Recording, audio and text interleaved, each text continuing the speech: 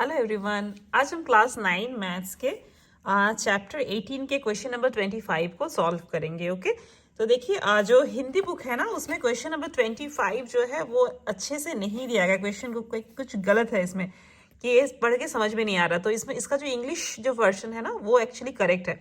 तो मैंने आपके लिए वो सही वाला जो क्वेश्चन है वो यहाँ पे तैयार कर दिया है।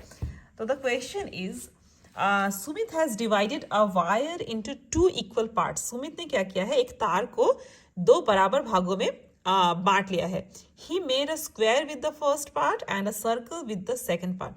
उसने क्या किया, उस तार का एक भाग से उसने एक सर्कल बनाया और एक दूसरे भाग से एक स्क्वायर बनाया। The area of the circle is 33 centimetre more than the area of the square.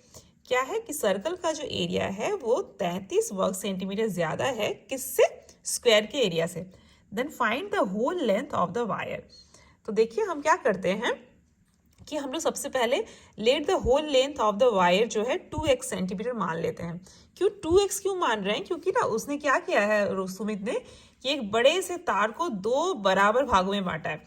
तो अगर हम इसको होल लेंथ को 2x मानते हैं तो 2 बराबर भागों में एक ये वाला जो पहला भाग है उसका हो जाएगा 1 सेंटीमीटर लेंथ और दूसरा हो जाएगा 1 सेंटीमीटर, तभी ना टोटल करने से 2x आएगा। इसलिए मैंने जस्ट सुविधा के लिए, इजी करने के लिए इसके होल लेंथ को 2x माना है। तो इसीलिए length of the each part equal to 1 centimetre. तो इसलिए एक एक पार्ट का लेंथ है 1 सेंटीमीटर।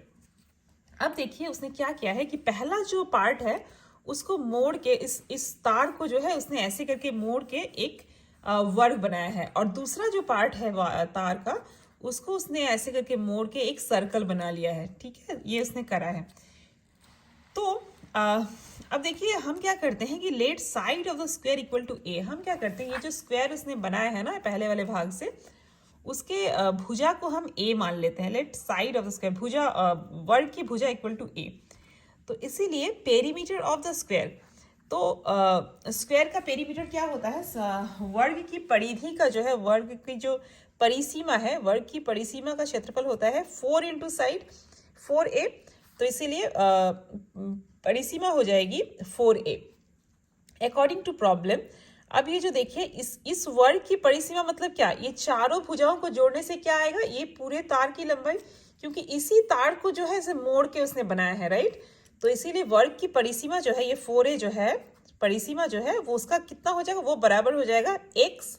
ठीक है, क्योंकि इसी को मोड़ के उसने जो है वर्ग बनाया है, तो इसीलिए परिसीमा इक्वल टू x।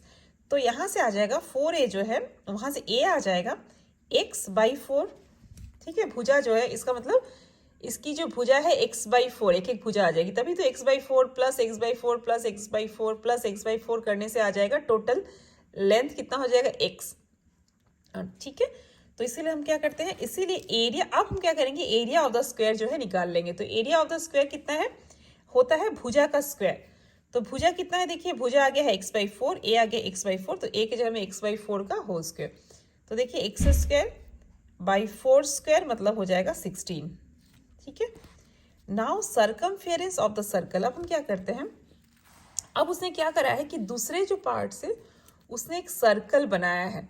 तो इसीलिए जब इसी x लंबाई है इसका, तो इसका भी जो हो जाएगा परिसीमा कितना हो जाएगा, परिधि हो जाएगा x। तो इसीलिए परिधि ऑफ द सर्कल, वृत्त की जो परिधि है या फिर सर्कमफेरेंस है वो हो जाएगा x, विच इम्प्लाई, अब सर्कमफेरेंस ऑफ सर्कल, परिधि का फॉर्मूला होता है 2πr। तो 2πr बराबर हो जाएगा x। तो यहाँ से r कितना हो जाएगा, यहाँ से r हो जाएगा x/2π। 2π को हम बटा में कर देंगे तो बराबर x/2 इंटू पाई का वैल्यू है 22/7। तो बराबर, अब ये 7 जो है नीचे है तो ये ऊपर चला जाएगा, तो x गुना 7/2 इंटू 22।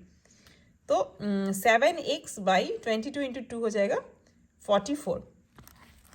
ठीक है, अब क्वेश्चन के अब देखिए हम क्या करते हैं, हाँ तो एरिया ऑफ द सर्कल निकाल लेंगे। जैसे ही हमारा आ गया r आ गया, तो वैसे ही हम एरिया ऑफ द सर्कल मिल जाएगा। एरिया ऑफ द सर्कल का क्या फॉर्मूला होता है, वृत्त का जो क्षेत्रफल है उसका फॉर्मूला होता है πr²। तो पाई का वैल्यू है 22/7 गुना r जो है, r का वैल्यू कितना आया है, r का वैल्यू हमें आया है 7x/44। तो πr² मतलब 22/7 और r का स्क्वायर मतलब 2 बार है r इंटू r, तो इसे 7x/44 इंटू 7x/44 बराबर। अब देखिए क्या आ जाएगा, यहाँ से काट देंगे हम लोग, तो देखो देखिए 22 दूना 44 और 7 7 कट जाएगा, तो 7 एक 7 बच गया, तो 7 और 2 x बच गया, तो 7x² बाई और 44 इंटू 2 मतलब हो जाएगा 88। ठीक है, अब क्वेश्चन क्या कह रहा था, क्वेश्चन कह रहा था कि सर्कल की जो का जो एरिया है, सर्कल का जो क्षेत्रफल है वो वर्ग के क्षेत्रफल से 33 वर्ग सेंटीमीटर ज़्यादा है। तो इसीलिए सर्कल के क्षेत्रफल से हम माइनस कर देंगे वर्ग का क्षेत्रफल, तो आ जाएगा 33। तो विच इम्प्लाई, अब हम लोग इसको दोनों को माइनस करेंगे, तो माइनस करने से देखिए 88 और 16 का जो है, यहाँ पे थोड़ा सा गलत हो गया था देखिए, तो मैंने इसको सही कर दिया है। 88 और 16 का जब हम एलसीएम निकालेंगे यहाँ पे रफ में, तो 88 और 16 का एलसीएम हो जाएगा 176। तो हमने यहाँ पे 176 लिख दिया। अब 88 2 जा 176, तो 2 इंटू 7 तो 14x² माइनस 16 से करेंगे तो कितना हो जाएगा, 11 बार में हो जाएगा, तो 11x² इक्वल टू 33।